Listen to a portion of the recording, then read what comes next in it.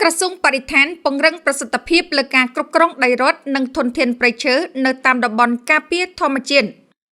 មន្ត្រីឧទ្យានុរក្សនៃមន្ទីរបរិស្ថានខេត្តកំពង់ស្ពឺនៅថ្ងៃទី13ខែតុលាឆ្នាំ2025បានបន្តចាត់វិធានការលើករណីការកាប់កោសរុករានឬការឈូសឆាយដីព្រៃធ្វើជាកម្មសិទ្ធិនិងសន្និធិឈើដោយគ្មានការអនុញ្ញាតក្នុងឧទ្យានជាតិព្រះសុរាម្រិតកុសមគិរីរម្យនៅក្នុងភូមិសាស្ត្រឃុំចំបក់ស្រុកភ្នំស្រួយខេត្តកំពង់ស្ពឺ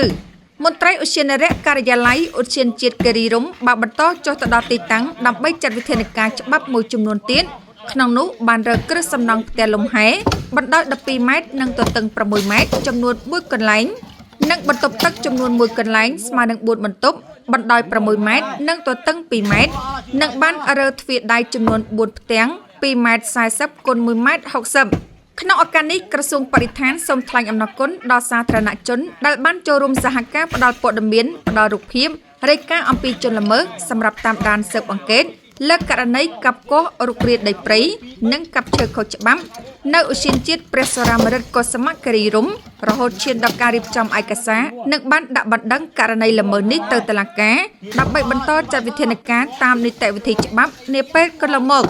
ក្នុងន័យនេះក្រសួងបរិស្ថានបានបន្តពង្រឹងប្រសិទ្ធភាពលើការគ្រប់គ្រងដីរដ្ឋនិងធនធានព្រៃឈើនៅតាមតំបន់ការពារធម្មជាតិក្រសួងបរិស្ថានសូមដាក់ចេញនូវវិធានការច្បាប់ស្របតាមក្រមបរិស្ថាននិងធនធានធម្មជាតិដែលក្នុងនោះសមត្ថកិច្ចពាក់ព័ន្ធគ្រប់គ្រងតំបន់ការពារធម្មជាតិត្រូវអនុវត្តច្បាប់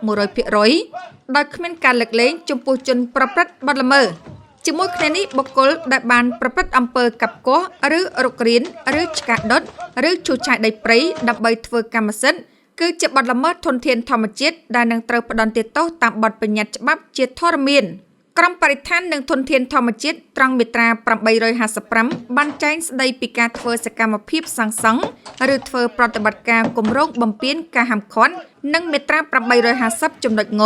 បានចែងពីការដឹកជញ្ជូនប្រមូលធ្វើសន្និធិឬប្រមូលសន្និធិផលនិងអនុផលធនធានធម្មជាតិដោយគ្មានការអនុញ្ញាតនិងចំណុចដការបោះបង្គោលហ៊ុមព័ទ្ធឬដាក់សញ្ញាសម្គាល់លើដីដែលជាទ្រព្យសម្បត្តិរដ្ឋក្នុងតំបន់ការពារធម្មជាតិក្នុងគោលបំណងកាន់កាប់ដើម្បីយកដីធ្វើជាកម្មសិទ្ធិជាបទល្មើសពាក់ព័ន្ធនឹងការគ្រប់គ្រងតំបន់ការពារធម្មជាតិសូមបញ្ជាក់ថាក្រសួងបរិស្ថានបាននឹងកំពុងបន្តសហការជាមួយក្រសួងស្ថាប័នអង្គភាពមានសមត្ថកិច្ចពាក់ព័ន្ធនិងរដ្ឋបាលថ្នាក់ក្រោមជាតិបានចាត់វិធានការយ៉ាងម៉ឺងម៉ាត់បំផុតលើការទប់ស្កាត់លុបបំបាត់និងបង្ក្រាបនូវរាល់សកម្មភាពបទល្មើសក្នុងតំបន់ការពារធម្មជាតិដោយអនុលោមតាមបទបញ្ញត្តិច្បាប់និងលិខិតបទដ្ឋានគតិយុត្តជាធរមានព្រមទាំងផ្ដល់កិច្ចសហការក្នុងការអនុវត្តច្បាប់ដោយស្មារតីទទួលខុសត្រូវខ្ពស់យោងតាមក្រមបរិស្ថាននិងធនធានធម្មជាតិតំបន់ការពារធនធានធម្មជាតិគឺជាដែនដីសម្បត្តិសាធារណៈរបស់រដ្ឋរួមមានដែនដីគោកឬដែនទឹករួមទាំងឆ្នេរសមុទ្រនិងសមុទ្រស្ថិតនៅក្នុងតំបន់ដែលទទួលស្គាល់ដោយបញ្ញត្តិនៃច្បាប់ឬតំបន់ដែលបង្កើតថ្មីក្នុងដែនសមត្ថកិច្ចរបស់ក្រសួងស្ថាប័នទទួលបន្ទុកបរិស្ថាននិងធនធានធម្មជាតិ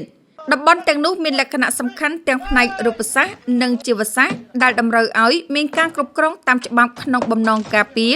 និងថែទាំជីវៈចម្រុះធនធានធម្មជាតិនិងធនធានវប្បធម៌ហើយត្រូវបានគ្រប់គ្រងប្រកបដោយនិរន្តរភាពគ្រប់ជំនាន់ដើម្បីផលប្រយោជន៍បរិស្ថានសង្គមនិងសេដ្ឋកិច្ច